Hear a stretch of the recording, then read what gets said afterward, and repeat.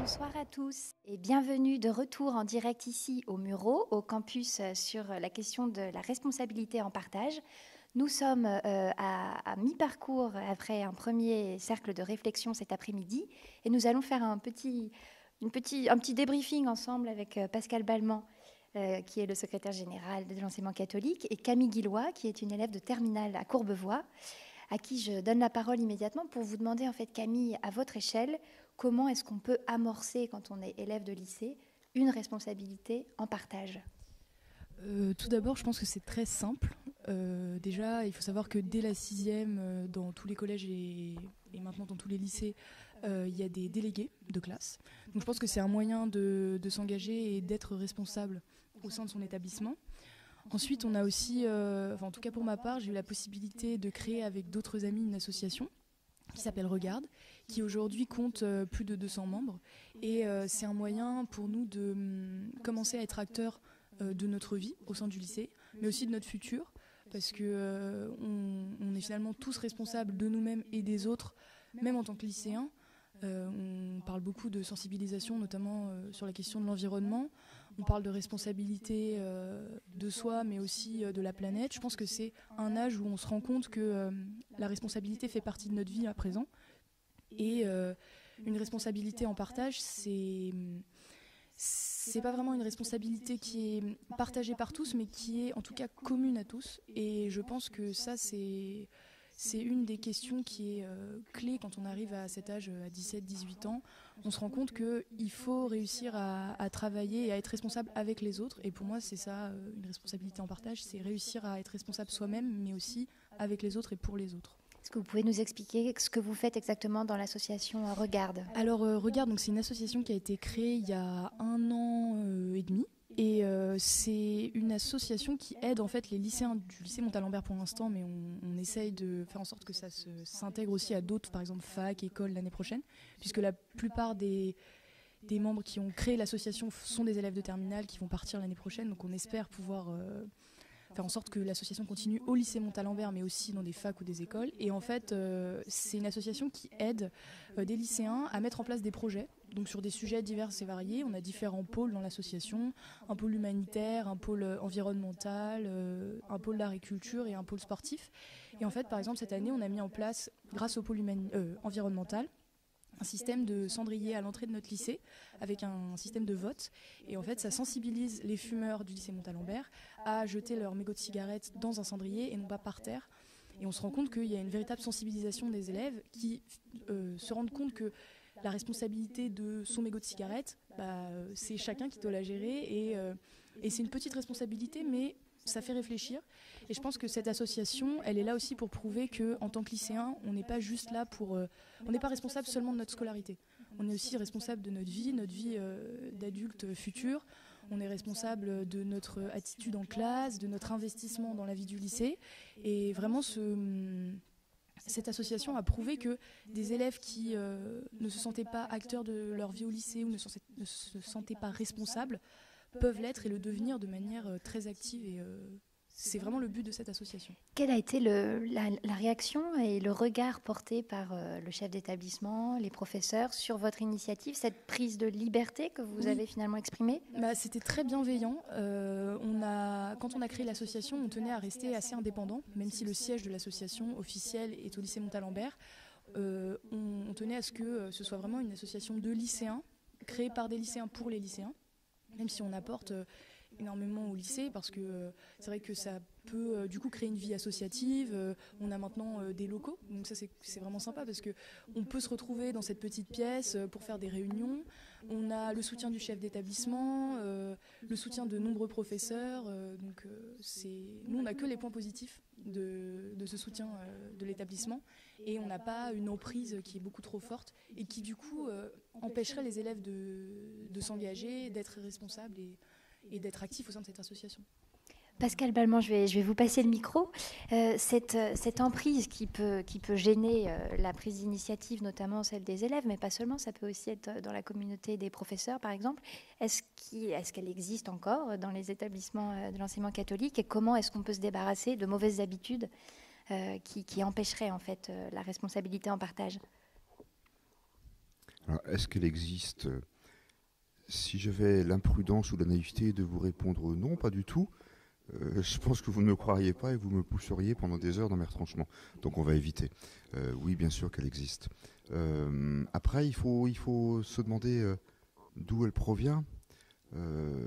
Alors, je n'ai pas réponse à tout, mais spontanément, j'ai envie de dire que ça n'est pas une question de mauvaise volonté ou de bonne volonté.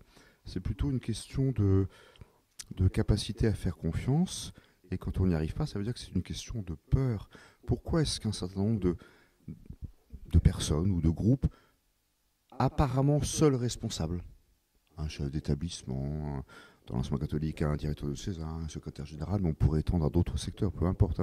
Pourquoi est-ce que des personnes apparemment seuls responsables ont du mal à entrer dans une vraie logique de confiance et de responsabilité de partage? Je crois que c'est vraiment une question de manque de confiance en soi d'abord, ou en soi dans la mission que l'on exerce, et qui du coup empêche d'ouvrir les portes, d'ouvrir les fenêtres. Et l'exemple que Camille donne, je crois que c'est dès lors que des jeunes en l'occurrence, mais ça pourrait être, vous l'avez dit, je suis d'accord avec vous, tout autre type d'acteurs, dès lors que des jeunes ou d'autres acteurs prennent des initiatives, prennent les choses en main et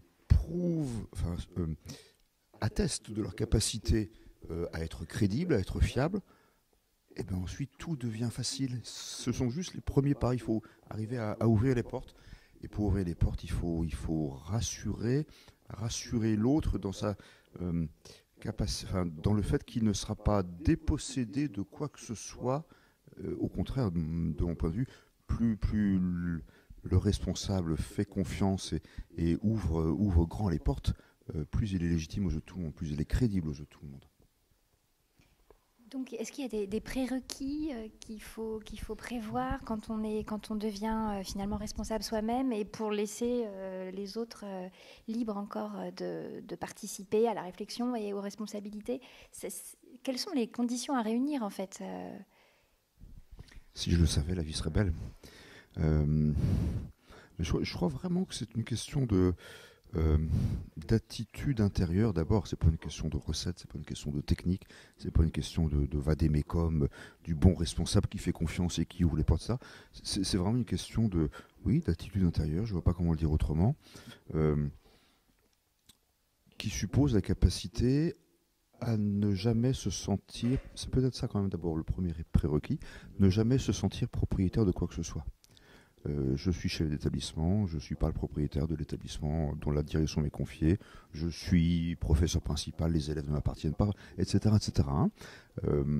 Ne se sentir propriétaire de rien et avoir simplement conscience du fait que pour un temps donné, dans un lieu donné, sur un espace donné, pour une mission particulière, il m'a été confié telle responsabilité, mais voilà, ça n'a qu'un temps. Et ce qui m'est demandé dans cette responsabilité particulière, encore une fois, c'est de faire grandir le plus possible la responsabilité des uns et des autres. Tout à l'heure, Camille, j'étais émerveillé de ce qu'elle racontait.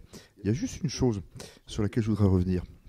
Quand tu disais à plusieurs reprises, prends des responsabilités maintenant pour les futurs adultes que nous sommes. Enfin, tu ne le disais pas comme ça, mais c'est un petit peu ça. Oui, bien sûr. Alors en fait, c'est pas vraiment à toi que je veux dire ce que je veux dire, mais c'est aux adultes. Je trouve qu'on a trop facilement tendance à considérer que les jeunes, ou les enfants ou les jeunes, n'ont pas d'existence ou de valeur en tant que tels. On ne les voit que comme des adultes, des adultes en construction, les adultes de demain, la société de demain, mais ils sont déjà des personnes à part entière. Et ces personnes, dans l'école catholique, en tout cas, ce sont nos frères, ce sont nos sœurs, et il n'y a aucune raison de ne pas leur faire place. Et comment ne pas tomber dans le travers qui est celui de la démagogie, en fait, en confiant des missions pour le fait d'en confier et se faire une conscience, en fait, tranquille? Je pense qu'il y a un travers pire encore que la démagogie, que je n'encourage pas, bien sûr, mais ce qu'il y a de pire que la démagogie, c'est la manipulation ou l'instrumentalisation. C'est-à-dire, voilà, utiliser les jeunes et les prendre en otage, ou les jeunes ou les autres d'ailleurs, mais là on parle des jeunes, pour finalement se donner bonne conscience et faire avancer des causes ou des projets qui ne sont pas véritablement les leurs. Bien sûr, il y a toujours un risque de démagogie, mais pour vous répondre, vous aimez mieux que je réponde franchement.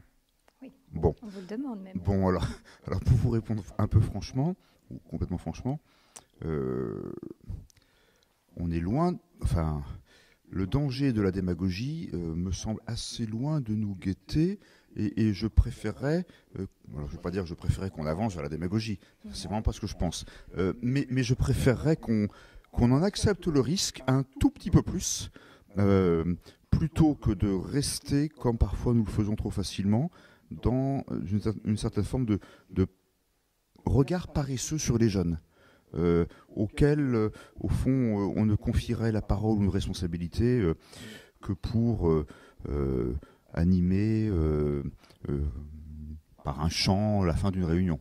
Je n'ai rien contre les chorales, c'est pas ce que je veux dire, mais je trouve que trop souvent, par exemple dans les rassemblements de l'enseignement catholique, la présence des jeunes, c'est, je vais le dire un peu méchamment, pour faire joli, en chantant une jolie chanson à la fin.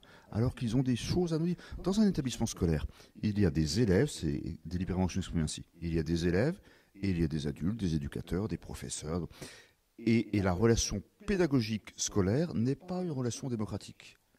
On pourrait se dire, sauf que j'ai changé de métier depuis, mais tu es mon élève, je suis ton prof. Mais par ailleurs, nous sommes frères et sœurs. Et donc, même si la relation pédagogique n'a pas vocation, de mon point de vue, à être démocratique, la relation éducative, la relation humaine, elle a vocation à être fraternelle. Et ça passe par le fait que la parole de Camille n'a pas plus de poids, de valeur ou d'intérêt que la vôtre ou que la mienne, mais elle n'en a pas moins non plus.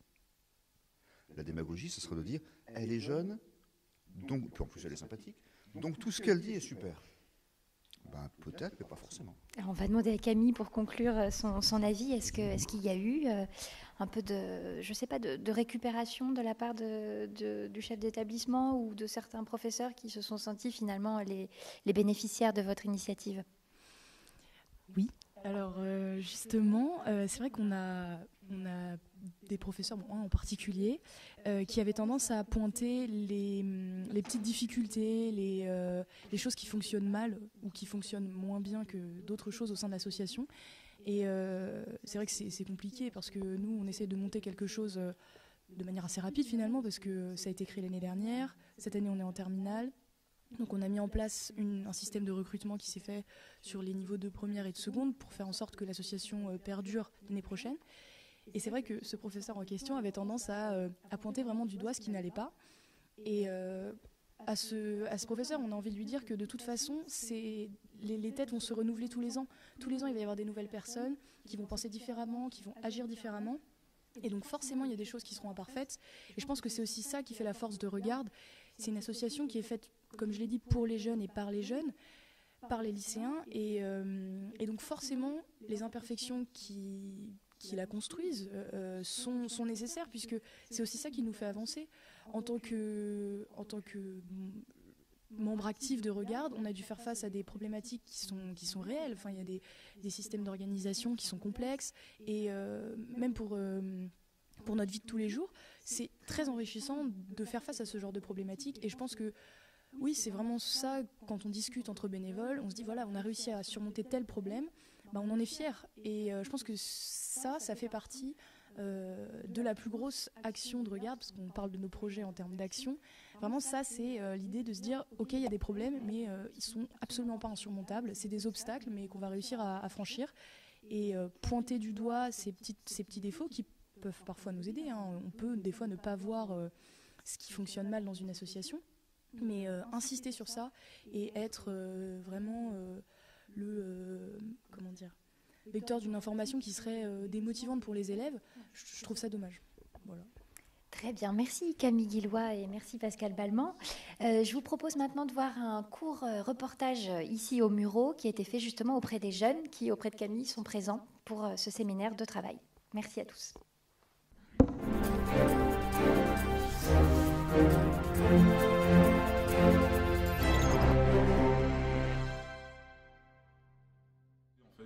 discuter donc, avec les personnes qui seraient un petit peu responsables, enfin pas un petit peu, mais qui seraient responsables en fait du coup de l'avenir de l'école en soi.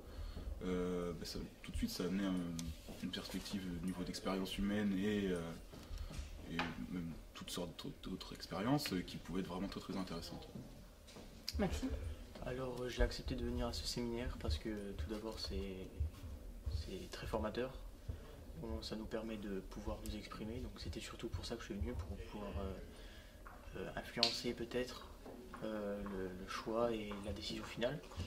Et c'était voilà, donc pour me faire écouter et pouvoir donner une opinion, partager, parler, pouvoir découvrir d'autres personnes. Et pour ma part, je suis venu également pour donner mon point de vue sur les sujets qui seront abordés, et également pour avoir les points de vue des autres personnes, des personnes responsables, qui me permettront, à mon avis, de mieux comprendre certaines choses et comment s'organiser l'école en général.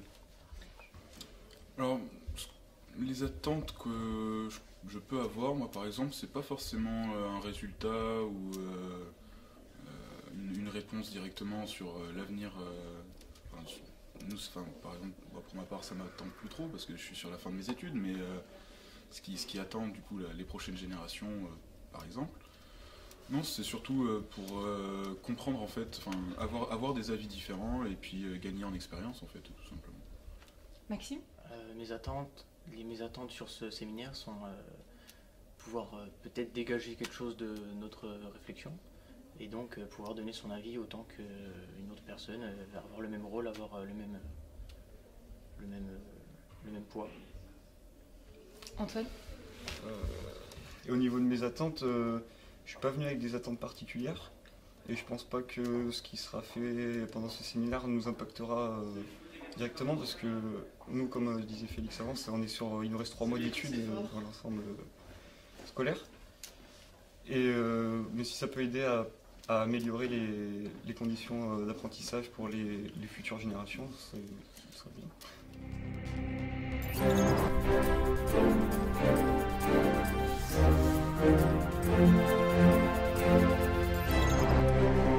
Nous sommes donc de retour pour poursuivre cet échange sur la responsabilité en partage, alors que les travaux battent leur plein ici au Murau. J'ai auprès de moi maintenant Florence Guyon. Bonjour, vous êtes professeure de français dans un lycée à Courbevoie et vous êtes également adjointe de direction dans ce lycée.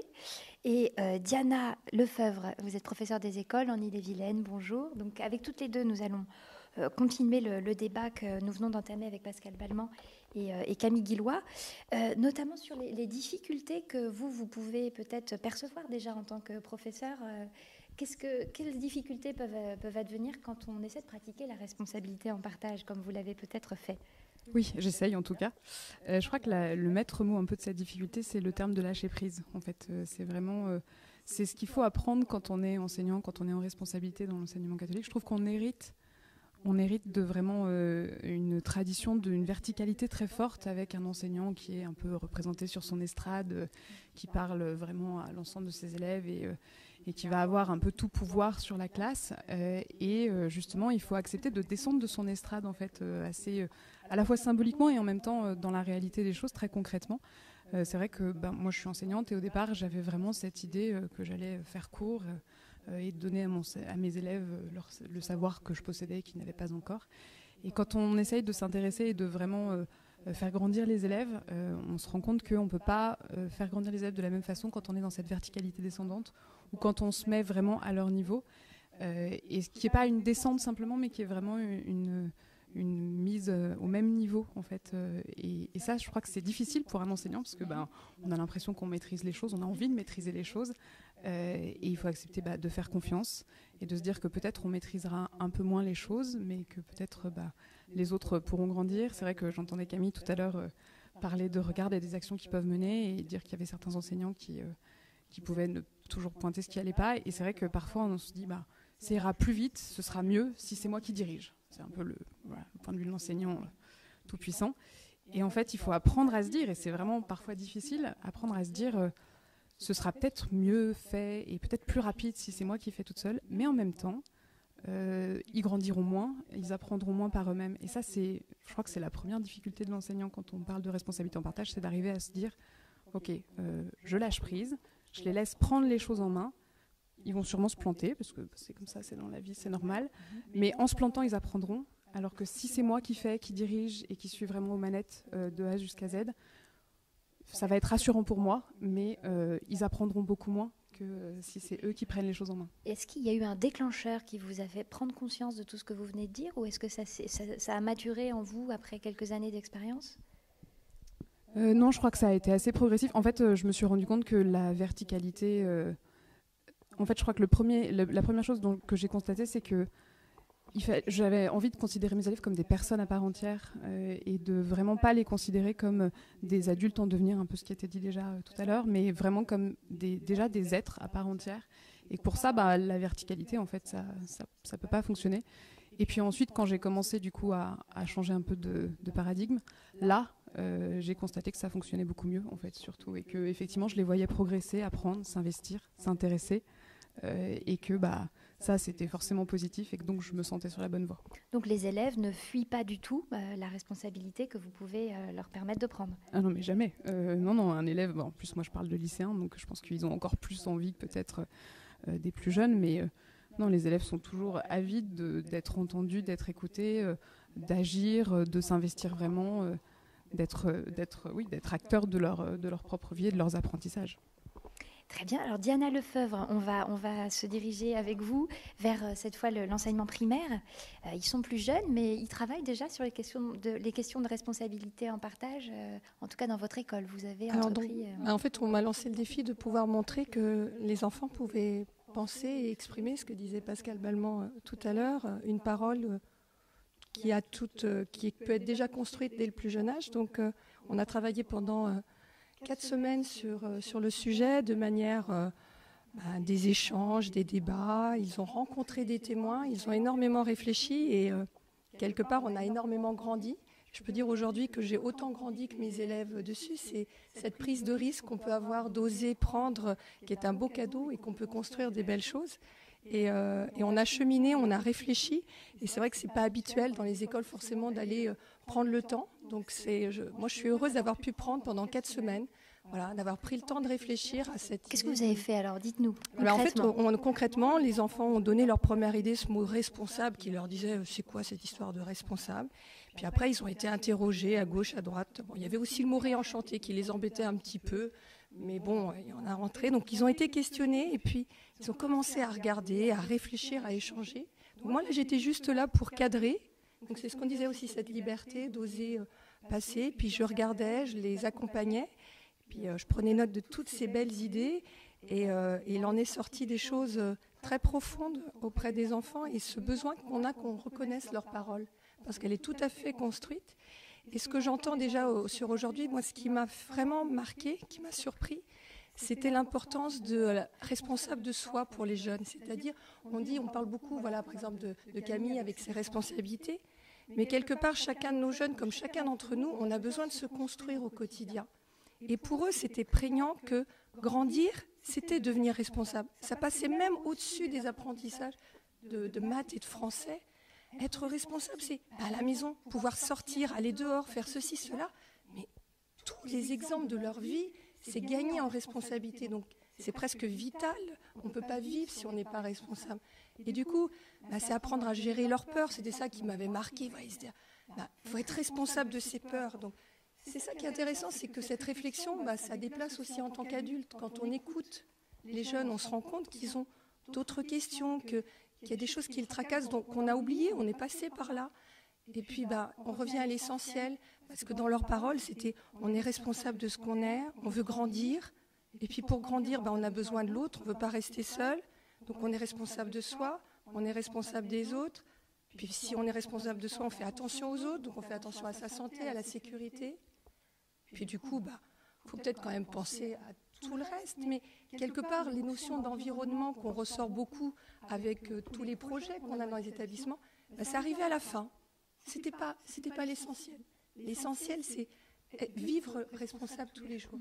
Et quand ils ont parlé de l'école, parce qu'on est quand même allé sur l'école, ils ont rejoint Pascal Balmont quand il disait il faut être joyeux. Quand ils l'ont rencontré le 15, ça les a soulagés. Voilà, on est bien d'accord, réenchanter l'école, c'est la rendre plus joyeuse, un endroit où on est. Il y a eu des petites choses. L'école, c'est pas un paradis. On ne veut pas qu'elle soit un paradis. C'est pas ça le but. Mais il faut qu'on y soit bien. Il faut qu'on tous ensemble on puisse aller dans cette direction-là. Et donc du coup, il faut qu'on arrive à se construire. Et moi, cette expérience, ça m'a montré que faut qu'on les écoute et qu'on partage. Aujourd'hui, pour moi, c'est une manière de vivre la responsabilité en partage concrète. Parce que mes élèves, quand ils sont venus le 15, ils ont désigné 6 élèves. Ils leur ont donné cette responsabilité à partager. Hier, quand je suis partie, mes élèves m'ont dit, voilà, elle continue, elle suit. Donc c'était logique parce qu'on l'a décidé ensemble et ce n'était pas du tout imposé. Ils sont rentrés dans cette logique-là. Et c'est une belle expérience, mais quelque part aussi qui est très frustrante de voir que justement, j'ai un enseignant que j'ai rencontré qui me dit « Ah oui, mais tu as fait tout le programme de MC, et puis c'est beau, mais en fait, ça ne devrait pas être quelque chose d'inédit. » Donc c'est aussi très frustrant d'avoir vécu cette belle expérience et de se dire « C'est dommage qu'elle soit un peu plus. » Donc, quelque part, c'est ce petit clin d'œil-là que j'aimerais. Et comment vous voudriez transformer l'essai ? Le collectif qui peut en résulter, où est-il en fait ? Ces élèves-là, l'année prochaine, ils vont peut-être être dans des classes différentes et ils ont fait ce travail sur eux-mêmes, vous l'avez bien décrit, mais le collectif... Je pense que ça les a construits, eux. Donc on ne peut pas présumer de ce qui va en ressortir. Mais c'est une manière de se construire et de réfléchir. Moi, j'ai eu des petites... On se dit, qu'est-ce qu'il en ressort ? Moi, il y a eu 2 petites anecdotes qui sont rentrées. Après, c'est une manière de penser, développer la pensée. C'est-à-dire, ils ont réfléchi, ils sont rentrés dans un mode de pensée profond. Une enfant qui parle d'histoire, de monarchie absolue, et qui répond « Mais madame, c'est le contraire de notre projet. » Je trouvais ça extraordinaire. C'est le contraire de notre projet. Je dis oui. Et une autre petite fille, on voit la Saint-Barthélemy, et qui répond en fait, ils n'ont pas réfléchi. Ils ne sont pas allés à l'école. Voilà, non mais voilà, Et du coup, j'ai dit banco. En fait, voilà, c'était ça. Quelque part, s'il n'y a eu que ça, c'est pas obligé qu'ils aillent s'engager. Parce que ce qui me gêne, c'est que, par exemple, dans ma classe, il y a eu 8 élèves à vouloir porter la parole. C'est-à-dire, c'est pas en s'engageant en étant porteur, c'est un choix. Mais s'engager au quotidien, à assumer ce qu'on est, à avoir confiance en soi et d'avancer, c'est être responsable. Donc, ne cherchons pas forcément à rendre responsable tout le monde de la même façon, de manière visible. C'est que chacun arrive à trouver sa place à sa façon. Donc, je ne peux pas savoir ce qui leur sortira, et ce n'est pas grave. C'était une belle expérience humaine qu'ils ont eu beaucoup de bonheur à partager. C'est tout. Est-ce qu'on est sur le chemin de réenchanter les savoirs, qui est aussi un peu la démarche initiée ? Oui, là je pense, oui. Vu les exemples que vous donnez. Oui. Réenchanter aussi le métier de professeur, parce que ça ne plaît pas forcément à tout le monde. Peut-être que vous voulez vous exprimer aussi là-dessus. Les profs au lycée sont très volontaires pour partager les responsabilités et faire naître des libertés. Oui, je pense qu'il y a une vraie volonté. L'enseignant est quand même pareil, un peu réputé pour son syndicalisme parfois, pour employer un peu un mot fourre-tout. Mais je crois que c'est aussi le reflet, cette espèce de stéréotype du prof qui râle, c'est aussi le reflet d'une volonté de faire changer les choses. Je pense qu'on ne peut pas être prof aujourd'hui sans avoir un peu cette envie que les choses bougent, que les choses changent. Et effectivement, ce réenchantement de l'école, c'est que ce soit un lieu de vie, pour les élèves, un lieu de vie aussi pour les enseignants. Et c'est vrai que au lycée, moi, ce que j'aimerais vraiment que le lycée soit, c'est un lieu de vie pour les élèves, pas seulement un lieu d'apprentissage, en fait, parce qu'on ne peut pas réduire l'éducation aux seuls apprentissages, justement. Et si on arrive à faire un lieu de vie pour l'élève, ce qui, à mon avis, est un des objectifs de l'école, je pense qu'on ne peut pas passer par-delà un lieu de vie pour l'enseignant, pour le professeur, pour tous les personnels, en fait.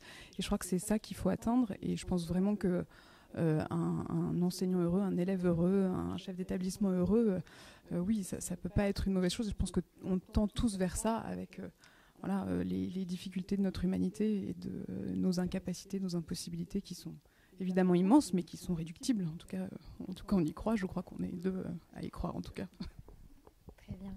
Est-ce que vous voulez, Diana Lefebvre, conclure peut-être d'un mot ? En salle des profs, ça se passe bien quand vous parlez de tout cela avec vos collègues ?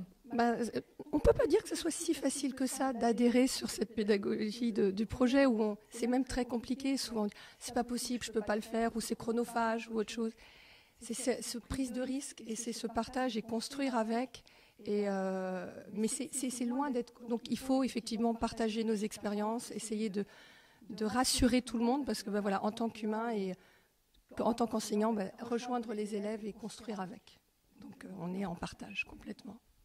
Merci Diana Lefebvre, merci Florence Guyon, et à très bientôt pour un prochain plateau ici au Murau, en direct sur la chaîne YouTube de l'enseignement catholique.